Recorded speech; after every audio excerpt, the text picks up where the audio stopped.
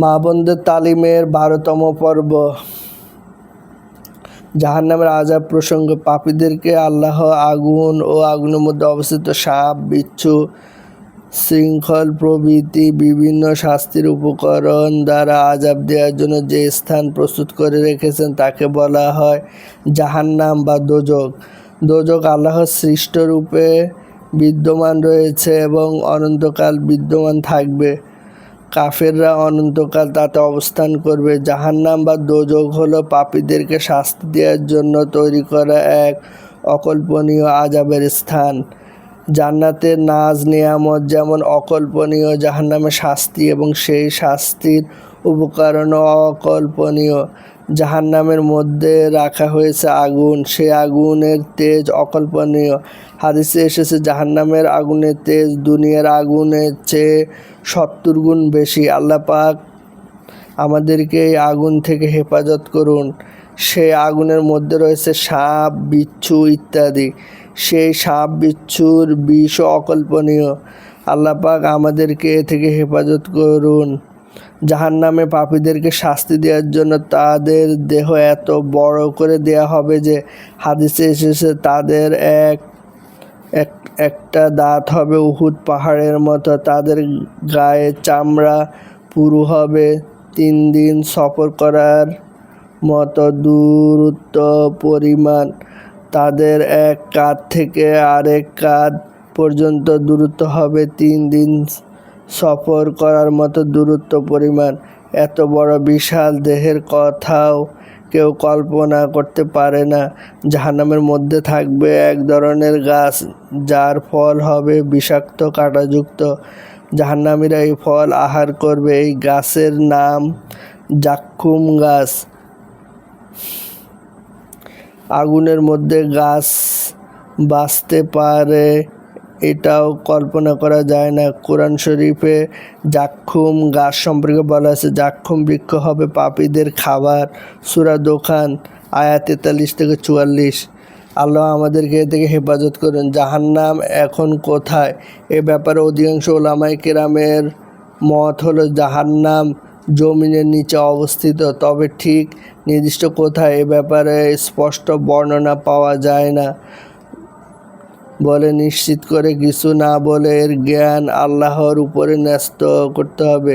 তবে কোনো জায়গায় তা নিশ্চিত করে বলা না গেলেও জাহান্নাম এখন আসমানের নিচে দুনিয়াতেই রয়েছে কথা নিশ্চিত। দুনিয়ার কোনো এক জায়গায় ক্ষুদ্র আকারে সংকুচিত অবস্থায় জাহান্নামকে রাখা হয়েছে। কিয়ামতের দিন এটাকে বিস্তৃত করে 7ম আসমানের নিচ পর্যন্ত পুরো স্থানকে জাহান্নামে পরিণত করে দেয়া হবে।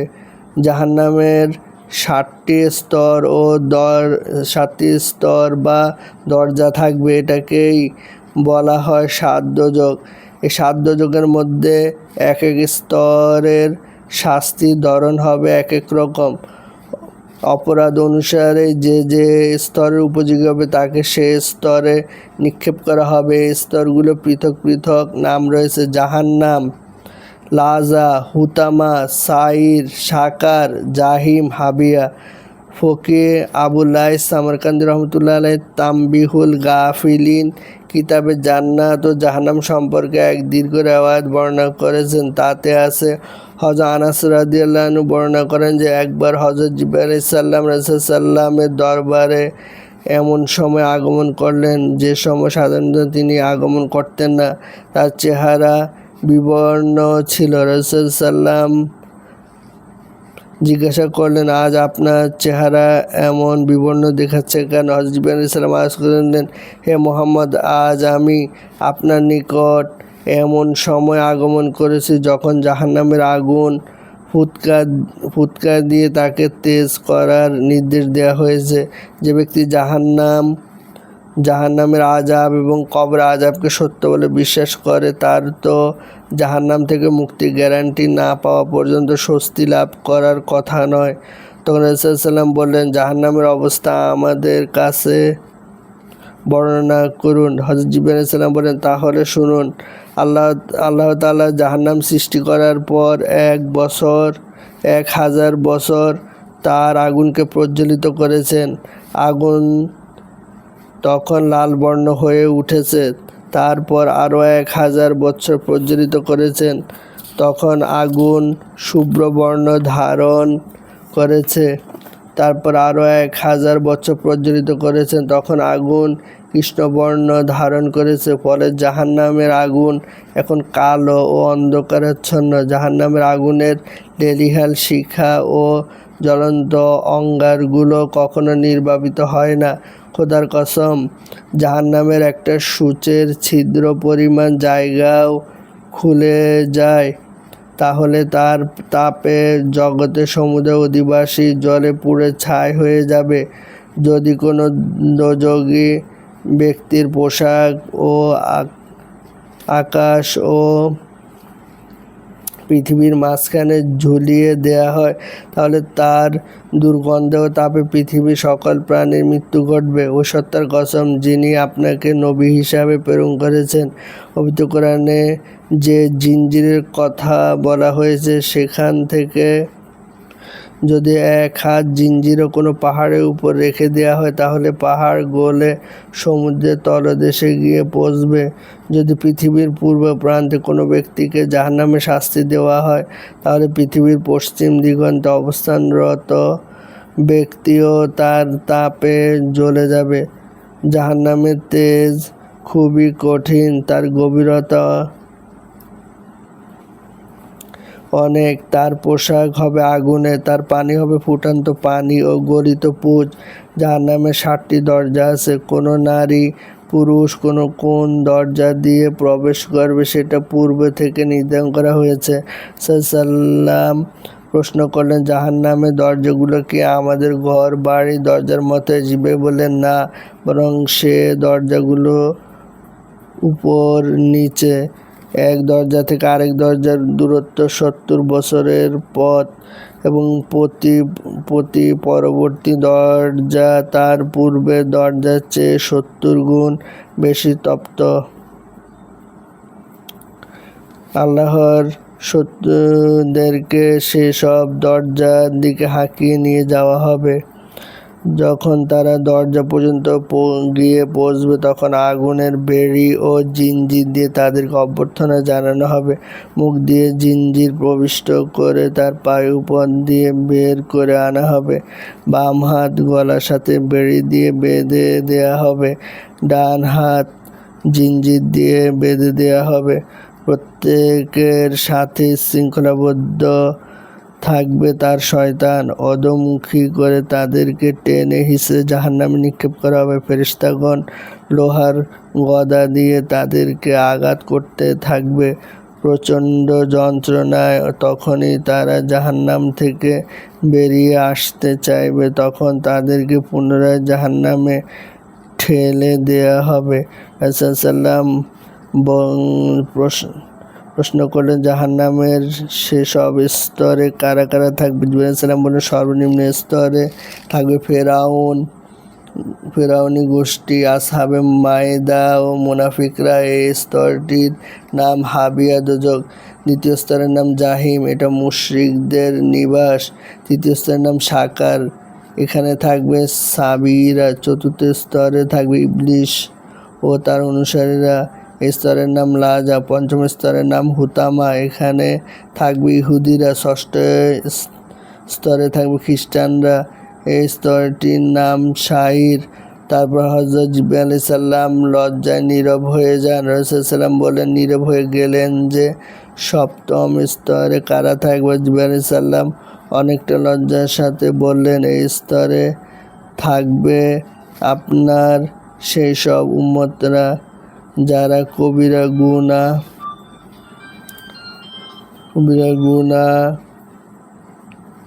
করে তওবা করা ছাড়া মৃত্যুবরণ করবে। একথা শোনার পরে রাসূল সাল্লাম আর বরদাস্ত করতে পারলেন না, বেহুশ হয়ে পড়লেন। জিবরাইল আলাইহিস সালাম তখন রাসূল সাল্লামের মাথা মোবারক শুয়ে উরুতে তুলে রাখলেন। সাল্লাম যখন জ্ঞান ফিরে পেলেন তখন বলেন, জিব্রাইল, আমি খুব কষ্ট অনুভব করছি, আমার উম্মতকে জাহান্নামে নিক্ষেপ করা হবে। আরজ করলেন, জি, যদি কেউ গুনাহ কবিরা করে, তওবা ব্যতীত মৃত্যুবরণ করে, তাহলে তাকে জাহান্নামে নিক্ষেপ করা হবে।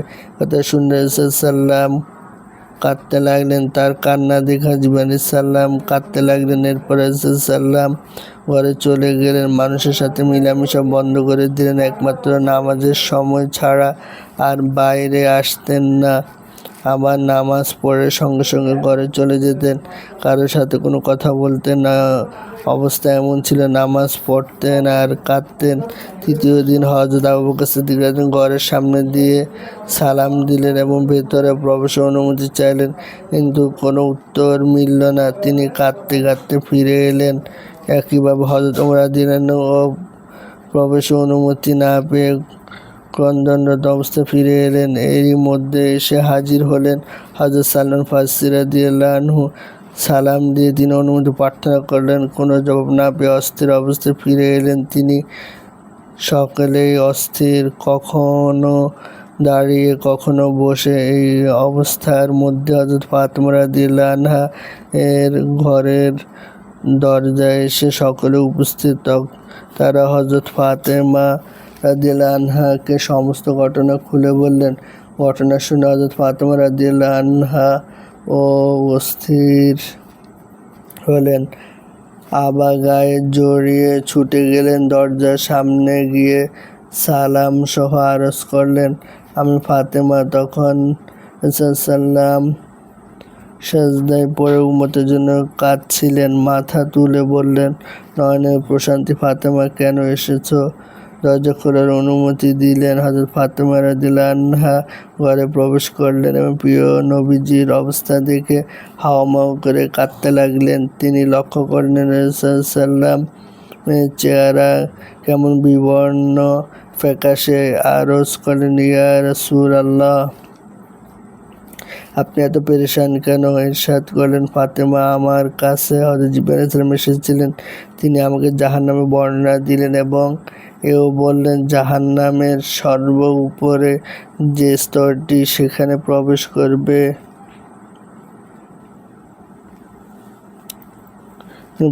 করবে আমার উম্মতের ওই সব লোক যারা গুনাহ কবিরা করেছিল। এই চিন্তায় আমার এই দশা। হযরত ফাতেমা রাদিয়াল্লাহু আনহা আরজ করলেন, হে রাসূল, তাদেরকে কিভাবে জাহান্নামে প্রবিষ্ট করানো হবে? ইরশাদ করলেন, ফেরেশতারা তাদেরকে হেঁচড়ে নিয়ে যাবে, তবে তাদের চেহারা কালো হবে না, চোখ নীল বর্ণেরও হবে না, তারা বোবা হবে না এবং তাদের সাথে তাদের শয়তানও থাকবে না।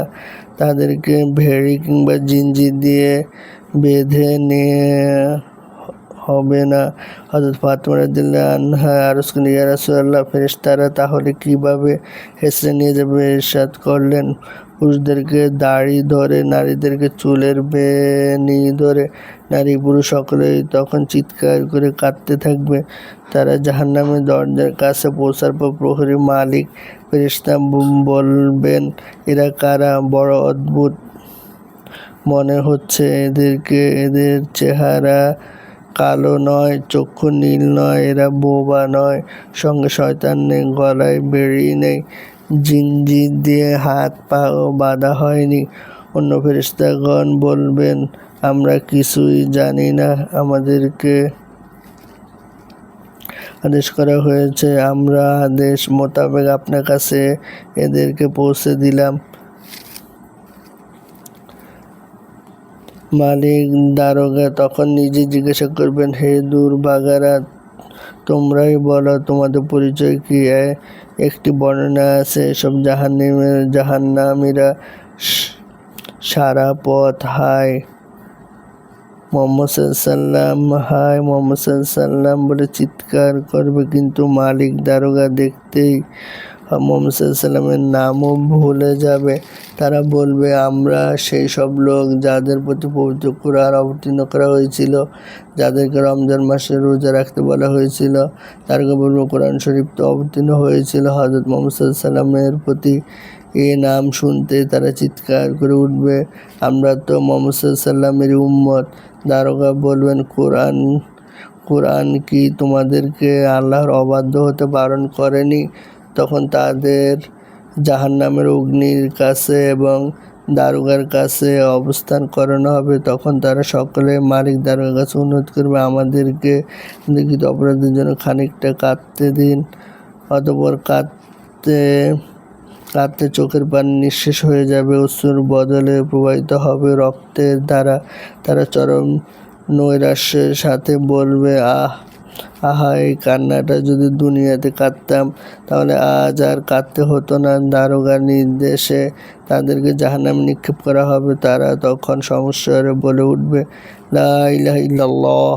এই শব্দটি শোনার সঙ্গে সঙ্গে আগুন ফিরে যাবে। দারোগা আগুনকে নির্দেশ দিবে, ওদেরকে গ্রাস করো। আগুন বলবে, কীভাবে এদেরকে গ্রাস করবো? এদের মুখে উচ্চারিত হচ্ছে লা ইলাহা ইল্লাল্লাহ। দারোগা বলবেন, এটাই আল্লাহর নির্দেশ। তখন আগুন তাদেরকে পাকড়াও করবে। আগুন কারো পা পর্যন্ত, কারো হাঁটু পর্যন্ত, কারো কোমর পর্যন্ত, আবার কারো গলা পর্যন্ত গ্রাস করে নেবে।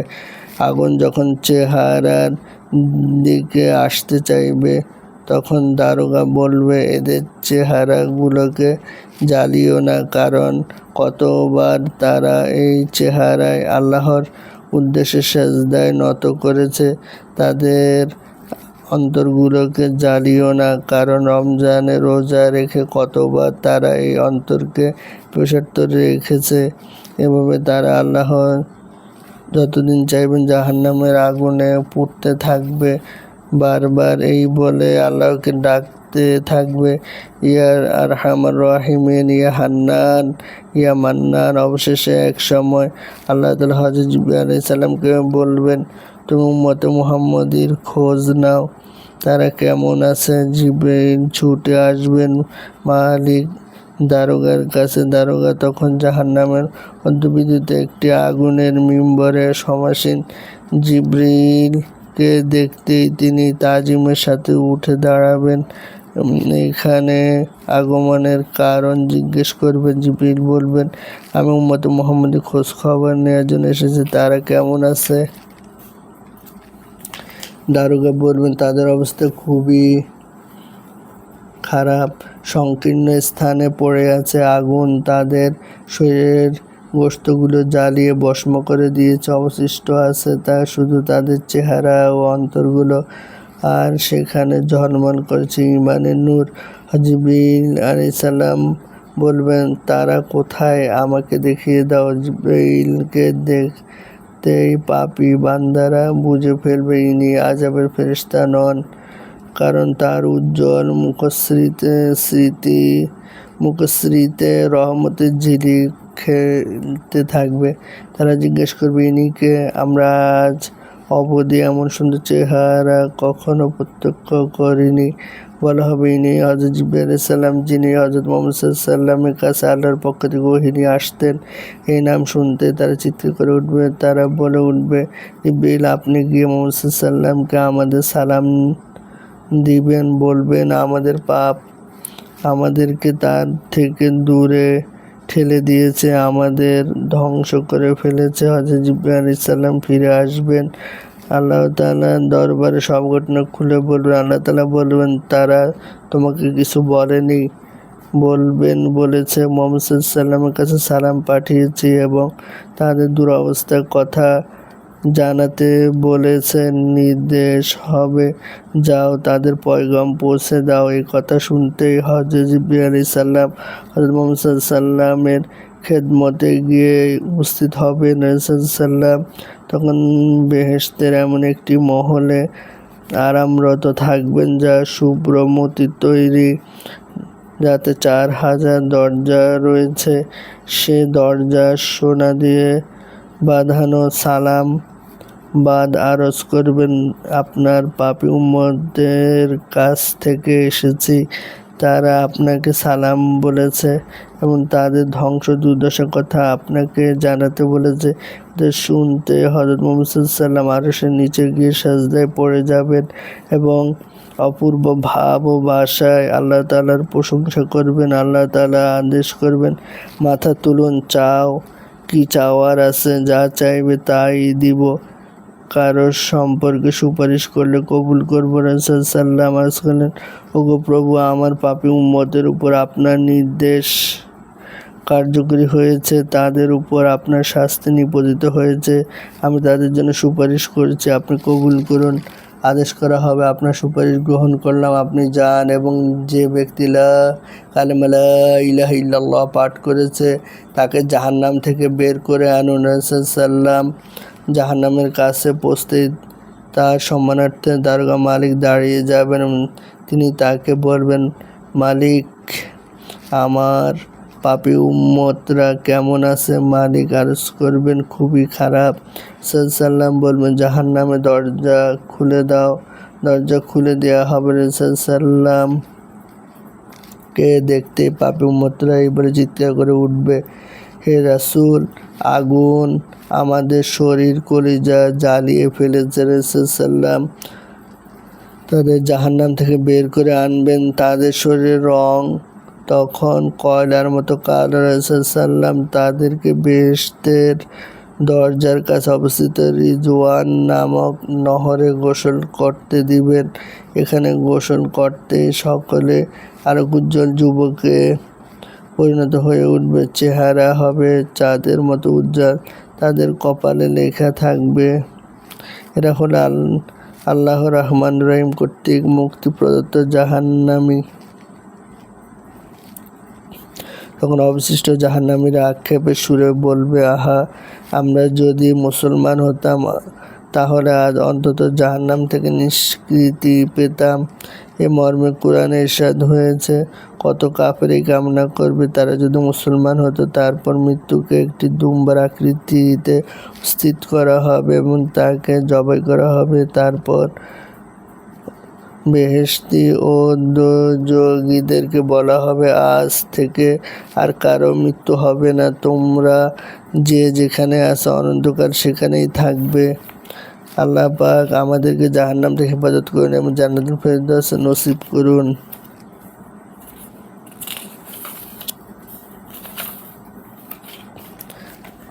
জাহান্নাম থেকে ফানা চাওয়ার জন্য কোরআন হাদিসে আমাদেরকে বিভিন্ন দোয়া শিক্ষা দিয়েছেন। আল্লাহর কাছে বেশি বেশি এই দোয়াগুলো করা চাই। রব্বানা আসরিফ আন্না আযাবা জাহান্নাম ইন্না আযাবাহা কানা গরামা, হে আমাদের প্রতিপালক, আমাদের থেকে জাহান্নামের শাস্তি হটিয়ে দাও, তার শাস্তি তো নিশ্চিত ধ্বংস। রব্বানা ওয়া আতিনা মা ওয়া'আদতানা আলা রুসুলিকা ওয়া লা তুখজিনা ইয়াওমাল কিয়ামাতি ইন্নাকা লা তুখলিফুল মিআদ, হে আমাদের রব, আমাদেরকে তুমি দান করো যা তুমি ওয়াদা করেছ তোমাদের রাসূলের মাধ্যমে, কিয়ামতের দিন তুমি আমাদেরকে অপমানিত করো না, নিশ্চয় তুমি ওয়াদা খেলাপ করো না। সূরা আল ইমরান আয়াত 194। রব্বানা ইগফিরলি ওয়া লিওয়ালিদাইয়া ওয়া লিল মুমিনিনা ইয়াওমা ইয়াকুমুল হিসাব, হে আমাদের রব, আমাকে, আমার পিতা মাতাকে এবং সমস্ত মুমিনকে ক্ষমা করো যেদিন হিসাব কায়েম হবে। সূরা ইব্রাহিম আয়াত 41। আল্লাহুম্মা আজরিনি মিনান নার, হে আল্লাহ, আমাদেরকে জাহান্নাম থেকে রক্ষা করো। আল্লাহুম্মা ইন্নী আসআলুকাল আফিয়াতা ওয়াল মুআফাতা ফিদ দুনিয়া ওয়াল আখিরাহ, হে আল্লাহ, আমি আপনার নিকট দুনিয়া আখিরাতে উভয় জগতের মুক্তি ও নিরাপত্তা কামনা করছি। জান্নাত প্রসঙ্গ, আল্লাহর নেক বান্দাদের জন্য আল্লাহ এমন সব নিয়ামত তৈরি করে রেখেছেন যা কোনো চোখ দেখেনি, কোনো কান শুনেনি, কারো অন্তরে তার পূর্ণ ধারণাও আসতে পারে না। এইসব মহান নিয়ামতের স্থান হলো জান্নাত বা বেহেশত। জান্নাত কোনো কল্পিত বিষয় নয়, বরং সৃষ্টরূপে তা বিদ্যমান আছে এবং অনন্তকাল বিদ্যমান থাকবে। মুমিনগণ অনন্তকাল সেখানে থাকবে। জান্নাতের কিছুটা বিবরণ দিয়ে হাদিসে কুদসিতে বলা হয়েছে, আ'দাদতু লিইবাদিয়াস সালিহিনা মা লা আইনুন রাআত ওয়ালা উযুনুন সামিআত ওয়ালা খাতারা আলা কলবি বাশার, মুত্তাফাক আলাইহি, বুখারী ও মুসলিম। আমি আমার নেককার বান্দাদের জন্য প্রস্তুত রেখেছি এমন সব নাজ নেয়ামত যা কোনো চোখ দেখেনি, কোনো কান শোনেনি, না কোনো মানুষের অন্তরে তার কল্পনা আসতে পারে। চিন্তা করে দেখুন মানুষ কত আকাশ কুসুম কল্পনা করতে পারে। তারপরে বলা হচ্ছে জান্নাতে নাজ নেয়ামত এত উন্নত মানের যে মানুষ কল্পনাও করেও তার কুল কিনারা করতে পারবে না। কোরআন শরীফে বলা হয়েছে ফালা তা'লামু নাফসুম মা উখফিয়া লাহুম মিন কুররাতি আয়ুন, কেউ জানে না তাদের জন্য নয়ন প্রীতিকর কি লুকায়িত রাখা হয়েছে। জান্নাতে সব কিছু অকল্পনীয়। যেমন জান্নাতের নহর সম্পর্কে কোরআনে কারিমে বলা হয়েছে আয়না ইয়াশরাবু বিহা ইবাদুল্লাহি ইউফাজ্জিরুনাহা তাফজিরা। জান্নাতের নহর এমন হবে যে মানুষ তা চালনা করতে পারবে না। রিওয়ায়াতে এসেছে জান্নাতি মানুষের হাতে ছড়ি থাকবে, সে সেখানে যাবে, তার হাতের সেই ছড়ির ইশারায় নহর সেদিকে চলতে থাকবে। এমন নহরের কথা কেউ কল্পনা করতে পারে না যা হাতের ইশারায় এখানে সেখানে গমন করবে। জান্নাতের গাছ সম্পর্কে বলা হয়েছে ইন্না ফিল জান্নাতি লাশাজারাতান ইয়াসিরুর রাকিবু ফি জিল্লিহা মিআতা আমিন লা ইয়াকতাউহা মুত্তাফাকুন। জান্নাতে এমন বৃক্ষ আছে একজন দ্রুতগামী আরোহী 100 বছর ভ্রমণ করেও যার ছায়া অতিক্রম করতে পারবে না। সুবহানাল্লাহ, এমন মহা বিশাল গাছের কথা কেউ কল্পনা করতে পারে কি?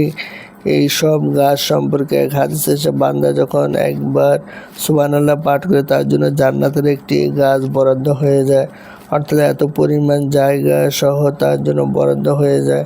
আলহামদুলিল্লাহ, আল্লাহু আকবার পাঠ করলে এক একটা গাছ তার জন্য বরাদ্দ হয়ে যায়। জান্নাতের জায়গা যেমন অফুরন্ত, জান্নাতের নাজ নিয়ামত অফুরন্ত। জান্নাতের নাজ নিয়ামত ভোগ করার সুযোগ থাকবে অফুরন্ত। জান্নাতে মানুষকে নাজ নিয়ামতের ভোগ করা অফুরন্ত সুযোগ দেওয়া হবে, অবাধ স্বাধীনতা দেওয়া হবে। জান্নাতে মানুষের কোনো চাওয়া পাওয়া পূর্ণ থাকবে না। জান্নাতে মানুষ যা চাইবে তাই পাবে। মর্মে কোরআন কারিমে ইরশাদ হয়েছে ওয়ালাকুম ফিহা মা তাশতাহি আনফুসুকুম ওয়ালাকুম ফিহা মা তাদউন। জান্নাতে তোমাদের জন্য থাকবে যা তোমাদের মন চায় এবং যা তোমরা দাবি করো। হামিম সেজদা আয়াত 31। জান্নাতে একটি পাখি উড়ে যেতে থাকবে, আর কোনো জান্নাতি মনে মনে ভাববে যদি এই পাখিটা গোশত খেতে পারতাম। সাথে সাথে পাখিটা বুনো হয়ে প্লেটে করে তার সামনে হাজির হয়ে যাবে। সম্পর্কে কোরআনে বলা হয়েছে ওয়ালাহমি তয়রিম মিম্মা ইয়াশতাহুন। তাদের জন্য থাকবে পাখির গোশত যা তাদের মনে চাইবে। এভাবে সে যা চাইবে তা পাবে। এর চেয়ে আরও অবাধ স্বাধীনতা কি হতে পারে? সে যা চাইবে তাই পাবে। এই অবাধ স্বাধীনতা পাওয়া যাবে কিসের বিনিময়ে? দুনিয়াতে নিজের উপর শরীয়তের নিয়ন্ত্রণ লাগিয়ে চলতে হবে, তাহলে পরকালে নিয়ন্ত্রণ মুক্ত অবাধ স্বাধীনতা পাওয়া যাবে, অবাধ খুশি পাওয়া যাবে। দুনিয়াতে মুমিনের জীবন তাই শরীয়তের নিয়ন্ত্রণের মধ্যে রাখতে হবে। দুনিয়াতে তারা নিয়ন্ত্রণের মধ্যে থাকবে, তাহলে আখিরাতে নিয়ন্ত্রণ মুক্ত জীবন লাভ করতে পারবে। তখন যা ইচ্ছা তাই করতে পারবে। আর দুনিয়াতে যারা শরীয়তের নিয়ন্ত্রণের বাইরে চলে যাবে, আখিরাতে তাদের উপর চরম কঠিন নিয়ন্ত্রণ আসবে। শিকলে বেঁধে তাদেরকে জাহান্নামের নিয়ন্ত্রণে রাখা হবে। দুনিয়াতে একটু নিয়ন্ত্রণ মেনে চললে আখিরাতে বাধা বন্ধনহীন আনন্দ ফুর্তির সুযোগ পাওয়া যাবে। আল্লাহ পাক আমাদেরকে তৌফিক দান করুন, আমরা যেন আল্লাহর হুকুমের ভেতরে নিয়ন্ত্রিত জীবনযাপন করতে পারি, যেন আখিরাতে অপরন্ত অনিয়ন্ত্রিত স্বাধীন জীবনযাপন করতে পারে, অবাধ সুখ শান্তি লাভ করতে পারে। আমিন। এক হাদিসে সাল্লাম ইরশাদ করেছেন আর দুনিয়া সিজনুল মুমিন ওয়া জান্নাতুল কাফির। দুনিয়া হলো মুমিনের জন্য কারাগার আর কাফিরের জন্য বেহেশত। এই হাদিস এক ব্যাখ্যা এই হতে পারে যে কারাগারে যেমন স্বাধীনতা থাকে না, যেমন ইচ্ছে তেমন চলতে পারে না, কারাগার কর্তৃপক্ষ যেমন বলে তেমন তাকে চলতে হয়, তদ্রূপ মুমিন দুনিয়াতে অবাধ স্বাধীনতা ভোগ করতে পারবে না, যেমন ইচ্ছে তেমন চলতে পারবে না, বরং তাকে দুনিয়ায় মালিকের হুকুম মতো চলতে হবে। এ হাদিসের আরেক ব্যাখ্যা এরকম হতে পারে যে একজন মুমিন বান্দা দুনিয়াতে যত ভালো অবস্থাতে থাক না কেন, যখন তার মৃত্যুর সময় বেহেশতে নির্ধারিত ঠিকানা তার সামনে উদ্ভাসিত হয়ে উঠবে, তখন তার নেয়ামতের বাহার দেখে সেই পৃথিবীকে মনে করবে এটা তো কারাগারই। পক্ষান্তরে একজন কাফেরের সামনে যখন শাস্তি উদ্ভাসিত হয়ে উঠবে, তখন পরকালের শাস্তি ও আযাবের তুলনায় তার কাছে এই দুনিয়াকে মনে হবে বেহেশত। জান্নাত কোনো কল্পিত বিষয় নয়, বরং তার বাস্তব অস্তিত্ব রয়েছে, অস্তিত্বশীল হিসাবে তা মজুদ রয়েছে, অনন্তকাল বিদ্যমান থাকবে।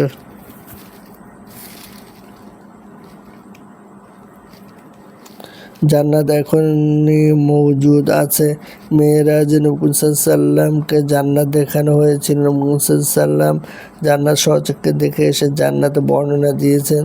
তার বর্ণনার মধ্যে একটা বর্ণনায় সাল্লাম বলেন, আমাকে জান্নাতের এমন সুন্দর ঘরের কাছে নিয়ে যাওয়া হয়েছে যে ঘরগুলো গম্বুজ বড় বড় মুক্তা দিয়ে তৈরি, আর সেই জান্নাতের মাটি হলো মিশক আম্বরের। আগে বলা হয়েছে জান্নাতে সব কিছুই কল্পনাতীত। মুক্তার গম্বুজ হতে পারে আর মিশক আম্বরের মাটি হতে পারে, এটাও কল্পনাতীত বিষয়। এমনিভাবে জান্নাতে সব নাজ নেয়ামতে অকল্পনীয়। শুধু জান্নাত লাভের আশা করলে হবে না, তার জন্য কাজও করতে হবে। বিনা পরিশ্রমে ফসল আশা করা বোকামি। ফকি আবুল্লাহ সামরকান্দি রহমতুল্লাহ আলাইহি তামবিহুল গাফিলিন কিতাবে বলেছেন, যে ব্যক্তি জান্নাতের সমূহ লাভ করতে যায় সে যেন নিয়মিত 5টি বিষয়ের উপর আমল করে। খায়েশাতে নফসানি বর্জন করবে, তাহলে জান্নাত লাভ করা যাবে। কোরআন কারিমে আল্লাহ তাআলা বলেছেন, ওয়ানাহান নাফসা আনিল হাওয়া ফাইন্নাল জান্নাতা হিয়াল মাওয়া। যে ব্যক্তি খায়েশাতে নাফসানি থেকে নিজেকে বাঁচিয়ে রাখবে, জান্নাতে হবে তার ঠিকানা। দুনিয়া বর্জন করে পার্থিব জীবনে যা পাওয়া যায় তার প্রতি সন্তুষ্ট থাকবে, কেননা দুনিয়া বর্জন করাই হলো জান্নাতের মূল্য। নেক কাজের প্রতি সর্বদা আগ্রহী থাকবে, কারণ জান্নাত হলো নেক আমলের প্রতিদান। আল্লাহ তাআলা নেককার বান্দাদের প্রতি আন্তরিক ভালোবাসা পোষণ করবে, কারণ কিয়ামতের দিন তাদের সুপারিশ ও গ্রহণযোগ্য হবে। আল্লাহ তাআলার দরবারে অধিক পরিমাণে দোয়া করবে, বিশেষ করে জান্নাত লাভ, ঈমানের সাথে মৃত্যু নসিব হওয়ার জন্য দোয়া করবে। ফকি আবুল্লাহ সামরকান্দি রহমতুল্লাহ উক্ত কিতাবে আরও 3টি মূল্যবান কথা বলেছেন। পরকালে পাওয়া যাবে এমন সব পুরস্কারের কথা জানার পরও পার্থিব জীবন ও সম্পদের প্রতি আকর্ষণ বোধ করা এবং তার উপর ভরসা করা একান্ত মূর্খতা। আমলের প্রতিদানের কথা জানার পর তার লাভে সচেষ্ট না হওয়া নির্ঘাত দুর্বলতা। বেহেশতের সুখ শান্তি সেই লাভ করবে যে পার্থিব সুখ শান্তিকে বিসর্জন দিয়েছে। বেহেশতের বিপুল সম্পদ সেই লাভ করবে যে অনর্থক এই পার্থিব সম্পদ বর্জন করেছে এবং অল্পতেই তুষ্ট হয়েছে। তাহলে আমাদেরকে জান্নাত নসিব করুন, আমিন। আল্লাহুম্মা রব্বানা আতিনা ফিদ দুনিয়া হাসানাতাও ওয়া ফিল আখিরাতি হাসানাতাও ওয়া কিনা আযাবান নার। আল্লাহ কবিরা গুনাহ, সগীরা গুনাহ, শিরক গুনাহ, বিদআত সব গুনাহ মাফ করে দেন। 100% কোরআন সুন্নাহ মাফ চালানোর তৌফিক দান করুন। আমাদের ছেলে মেয়েদেরকে হাফেজ ডাক্তার, হাফেজ ইঞ্জিনিয়ার, হাফেজ বৈজ্ঞানিক, আলেম ডাক্তার, আলেম ইঞ্জিনিয়ার, আলেম টিচার, আলেম বৈজ্ঞানিক বানানোর তৌফিক দান করুন। পৃথিবীতে যত ইসলামী দল সংগঠন আছে সবার ভিতরে ঐক্য সৃষ্টি করে দিন। সবাইকে 100% কোরআন সুন্নাহ মাফ চালানোর তৌফিক দান করুন। হে আল্লাহ, আমাদের নেক হায়াত দিন, যাতে বেশি বেশি আপনার ইবাদতবন্দি করতে পারে। শরীর সুস্থ রাখুন, বেশি বেশি আপনার ইবাদতবন্দি করার তৌফিক দান করুন। হে আল্লাহ, হজ করার তৌফিক দান করুন। হে আল্লাহ, আমাদেরকে হালাল রিজিক অন্বেষণ করার তৌফিক দান করুন। মা বাবার সেবা করার তৌফিক দান করুন। আত্মীয় স্বজনের হক দেওয়ার তৌফিক দান করুন। ইহকাল জগতে সব মানে নেক চাওয়া, পরকাল জগতে সব মানে নেক চাওয়া। হযরত মুহাম্মদ সাল্লাল্লাহু আলাইহি ওয়াসাল্লাম আপনি কবুল করুন। হে আল্লাহ কবিরা গুনাহ, সগীরা গুনাহ, শিরকি গুনাহ, বেদাতি গুনাহ সব গুনাহ মাফ করে দিন। পৃথিবীতে যত বেধর্মী আছে তাদেরকে হেদায়েত দিয়ে মুসলমান বানিয়ে দিন। হে আল্লাহ আমাদের সবার মনে নেক চাপ আপনি পূরণ করে দিন। মরার সময় কালেমাতে নসিব করেন। সুবহান রাব্বিকা রাব্বিল ইজ্জাতি আম্মা ইয়াসিফুন, সালামুন আলহামদুলিল্লাহি রাব্বিল আলামিন।